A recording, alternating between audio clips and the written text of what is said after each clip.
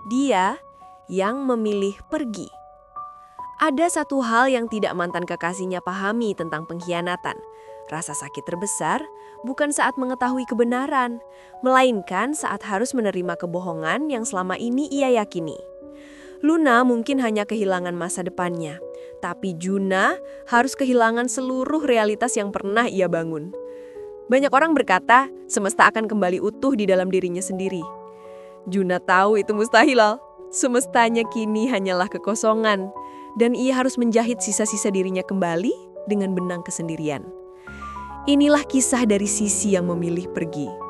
Sisi yang meski dikhianati, harus mengambil keputusan paling menyakitkan, meninggalkan harapan terakhir mereka di balik pintu yang tertutup. Juna tidak meneteskan air mata ketika ia tahu pengkhianatan itu terjadi. Air mata itu baru menetes saat tangannya memegang kotak kardus yang berisi kenangan Luna. Ia tidak membuang kaos selama mantan kekasihnya. Ia membuang janji untuk mencuci kaos itu lagi. Ia tidak menghapus pesan-pesan lama. Ia menghapus keyakinan bahwa setiap kata cinta yang pernah diucapkan adalah nyata. Setiap barang di ruangan yang kini dingin ini adalah jangkar yang menahan langkah Juna. Dan jika ia tidak memotongnya, ia tahu akan tenggelam selamanya di sini, di masa lalu yang dihancurkan oleh orang yang paling ia cintai. Ia harus memotongnya. Ia harus memilih untuk bernafas sendiri. Juna bisa memaafkan Luna. Ia bisa memaafkan kesalahan, tapi ia tidak bisa memaafkan penghinaan terhadap kepercayaan yang ia bangun selama bertahun-tahun. Ia bisa melewati rasa sakit, tapi ia tidak bisa membangun lagi di atas fondasi yang sudah hancur. Juna menemukan blueprint kecil rencana rumah masa depan mereka di kotak terakhir. Rencana yang mereka buat dengan penuh tawa dan kepolosan. Selama ini, Juna masih menyimpan ide bodoh bahwa ia akan menemukan alasan yang cukup untuk bertahan. Namun, pandangannya tertuju pada sketsa rumah itu, dan ia hanya melihat fondasi yang sudah retak.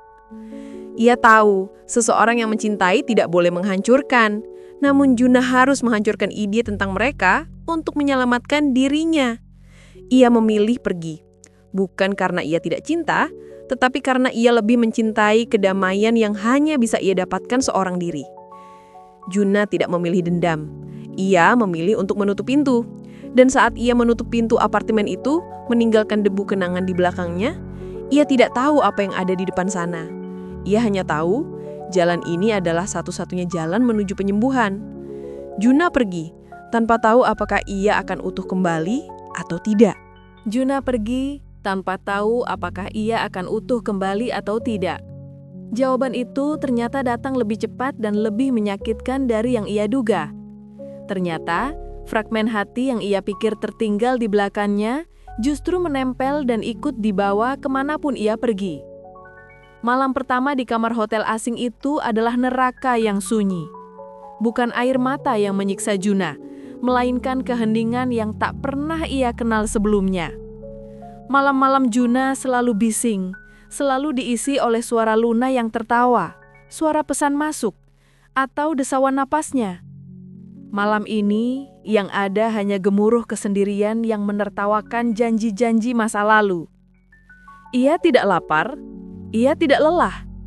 Yang ia rasakan hanyalah kekosongan fisik, seolah ada organ vital yang hilang dan meninggalkan lubang yang perih.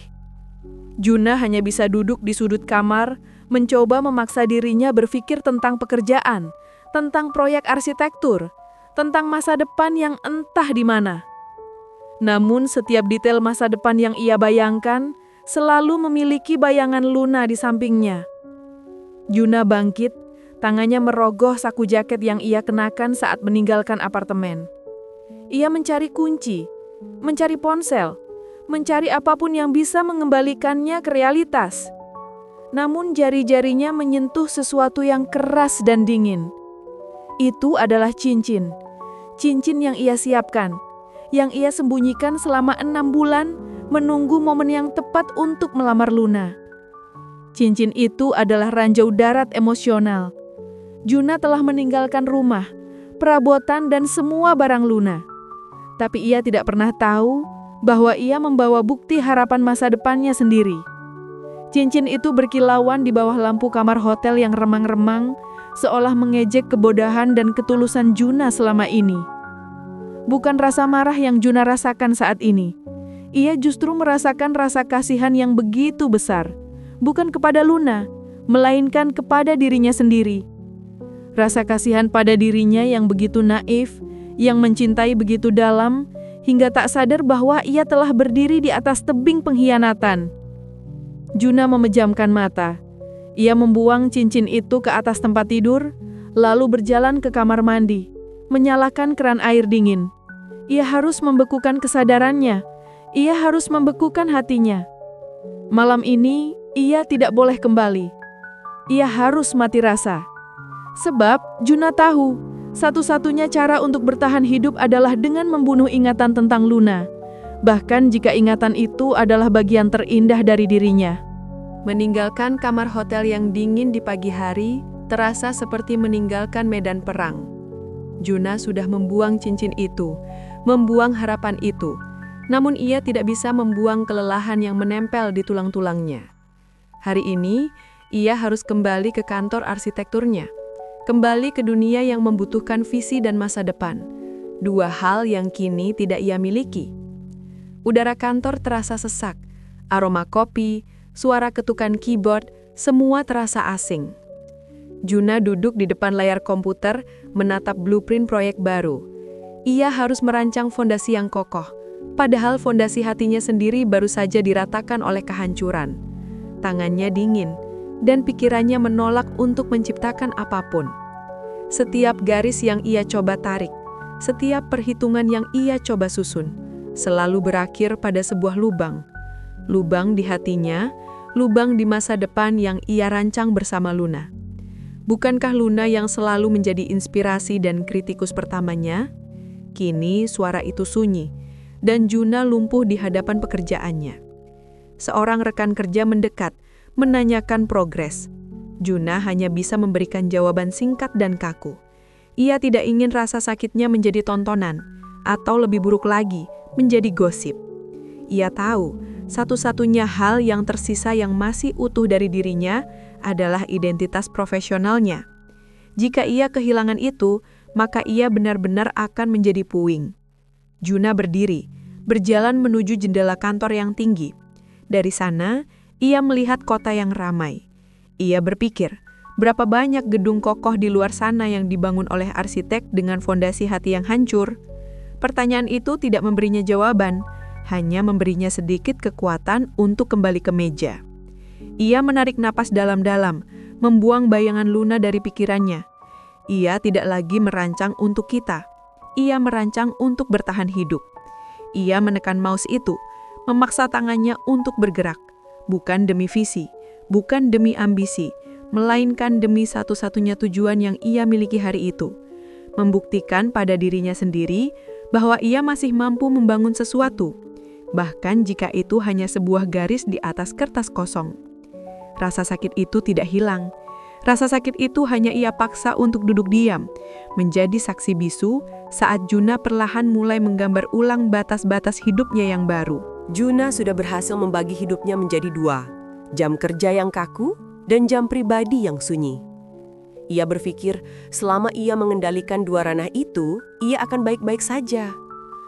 Namun Juna lupa bahwa kehidupan memiliki wilayah ketiga, yaitu ranah publik, tempat di mana kenangan dan gosip berinteraksi bebas. Ia memutuskan untuk mencoba makan siang di luar kantor.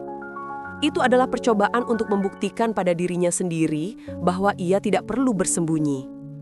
Sayangnya, ia memilih kafe yang dulunya menjadi tempat favorit ia dan Luna merayakan proyek-proyek kecil mereka. Itu adalah kesalahan fatal. Baru beberapa menit Juna duduk, ia melihat siluet yang familiar. Itu Risa, teman lama mereka berdua. Senyum Risa tulus, dan itu yang membuat Juna merasa seperti disayat. Risa segera menghampirinya, membawa energi hangat yang justru terasa dingin dan menyesakkan bagi Juna. "Juna, kamu sendirian? Wah, sudah lama banget. Luna mana? Sibuk sama eventnya ya?" Risa bertanya, suaranya riang, tanpa tahu ia sedang meletakkan pisau di atas luka Juna. Juna berusaha keras. Ia harus menjaga agar suaranya tetap datar. Ia tidak boleh menunjukkan kehancuran di wajahnya. Kami sudah putus, Risa, jawab Juna. Suaranya terdengar asing di telinganya sendiri. Wajah Risa langsung berubah antara terkejut dan bersalah. Oh, ya Tuhan Juna, maaf banget. Kalian cuma break kan? Gak mungkin putus. Kalian kan serasi banget. Luna bilang dia lagi pusing aja sama kerjaan, tapi pasti dia akan menghubungimu sebentar lagi, iya kan? Kata-kata Risa adalah sebuah jebakan. Juna kini dihadapkan pada dua pilihan, berbohong, membiarkan Luna mempertahankan citra dirinya, atau mengatakan kebenaran penuh tentang pengkhianatan itu dan menumpahkan semua rasa sakit di tempat umum. Juna melihat rasa ingin tahu di mata Risa, dan ia tahu pengkhianatan Luna tidak perlu menjadi tontonan bagi siapapun. Dengan tarikan nafas yang terasa menyakitkan, Juna memilih keheningan. Gak Risa, kami gak break. Kami benar-benar selesai. Sudah ya, jangan dibahas lagi. Aku harus balik kerja. Juna berdiri, meninggalkan kopinya yang masih penuh dan berjalan keluar. Ia tidak memilih martabat Luna. Ia memilih untuk melindungi fragmen martabatnya sendiri. Setelah insiden dengan Risa, Juna sadar bahwa melarikan diri dari kota dan mengganti nomor tidak cukup. Kenangan itu tidak dihubungi, tapi kenangan itu datang sendiri, menetap di setiap sudut kantor dan kafe yang ia kunjungi. Juna menarik diri total, hidup dalam mode robot kerja. Ia kerja gila-gilaan, sengaja memforsir diri, bangun, bekerja, tidur. Ia ingin lelah fisiknya lebih mendominasi daripada lelah hatinya. Di kantor, ia menjadi arsitek yang paling disiplin. Proyek pembangunan gedung perkantoran besar yang ia pimpin berjalan mulus di atas kertas. Tapi Juna tahu ada yang salah. Proyek itu kosong, tidak ada ruhnya. Suatu malam Juna lembur sendirian. Keheningan kantor mencekiknya. Ia menatap layar, frustasi. Ia sudah mencoba semua perhitungan, semua desain yang paling logis, tapi hasilnya tetap dingin dan hampa. Ia menyadari, selama ini ia membangun proyek itu bukan untuk mimpinya, tapi untuk membuktikan pada Luna bahwa ia bisa sukses tanpanya. Ia membangun proyek itu di atas amarah dan ego yang terluka. Juna mematikan layar. Ia mengambil selembar kertas kosong dan pensil. Ia mulai membuat sketsa yang tidak ada hubungannya dengan proyek kantor. Ia menggambar sebuah taman yang penuh cahaya dengan detail arsitektur yang sangat tenang dan damai. Taman yang selalu ia impikan untuk ketenangan dirinya sendiri. Saat itu Juna tersadar, proses penyembuhan itu bukan tentang lari, tapi tentang membangun ulang tujuan. Tujuannya bukan lagi untuk membuat Luna menyesal. Tujuannya adalah membuat dirinya sendiri bangga, bahwa ia layak mendapatkan tempat yang indah, baik di dalam hati maupun di dunia nyata, terlepas dari siapapun yang ada di sisinya. Ia kembali ke mejanya, mengambil blueprint proyeknya yang mandek. Ia menatap desain gedung itu dan tersenyum tipis, senyum yang terasa tulus setelah sekian lama. Kali ini ia merancangnya dengan visi yang berbeda. Visi yang jujur, tulus, dan penuh harapan untuk masa depan dirinya sendiri. Ia mulai mengubah fondasi desain itu, merombak sudut-sudut yang kaku menjadi desain yang memancarkan optimisme. Untuk pertama kalinya sejak perpisahan itu, Juna merasa ada aliran energi yang positif dan murni. Rasa sakitnya tidak hilang, tapi rasa sakit itu kini menjadi pondasi, bukan tinding.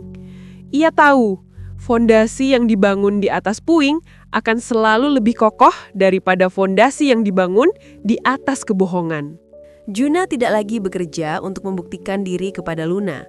Ia bekerja karena ia mencintai prosesnya, mencintai ketulusannya pada desain, dan ia kini telah menemukan fondasi yang utuh di dalam dirinya sendiri. Tahun-tahun itu berlalu dengan cepat, penuh keringat dan pengorbanan, namun tanpa rasa pahit. Rasa sakitnya kini bukan lagi beban, melainkan bahan bakar. Hari itu, Juna berdiri di hadapan karyanya yang terbesar. Sebuah gedung perkantoran megah dengan desain yang jujur, kokoh, dan berkarakter. Persis seperti dirinya yang baru. Gedung itu adalah manifestasi dari semua rasa sakit, kesendirian, dan proses penyembuhan yang ia lalui. Itu adalah monumen bagi dirinya yang memilih pergi dan yang memilih untuk membangun kembali. Di hari peresmian, Juna dikelilingi oleh rekan-rekan, kolega, dan wartawan. Ia menerima penghargaan itu, berdiri gagah di samping bangunan megah yang ia rancang. Senyum yang ia berikan bukanlah senyum sombong atas pencapaian, melainkan senyum kelegaan atas kedamaian yang akhirnya ia temukan. Juna memejamkan mata sejenak. Jika dulu ia membangun untuk Luna, kini ia membangun untuk dirinya sendiri. Semua orang melihat arsitek yang sukses, tapi Juna tahu mereka sedang melihat seorang pria yang dulunya hancur, namun kini telah menemukan cara untuk hidup utuh tanpa harus merobek bagian dari dirinya sendiri. Ia membuka mata, melihat ke kerumunan. Ada bisikan, ada pujian, ada lampu kamera yang menyilaukan. Juna tidak mencari balasan, tidak mencari pengakuan dari masa lalunya. Ia hanya berdiri di sana, yakin ia telah memenangkan pertarungan terberat dalam hidupnya, memilih diri sendiri. Inilah klimaks dari kisah Juna. Ia tidak lagi peduli apakah Luna menyesal atau tidak. Ia sudah membuktikan pada semesta bahwa meski cinta tulusnya pernah dikhianati, ia tidak membiarkan pengkhianatan itu menentukan nasibnya. Ia mengambil puing-puing dan menjadikannya fondasi yang megah. Semesta Juna benar-benar sudah utuh.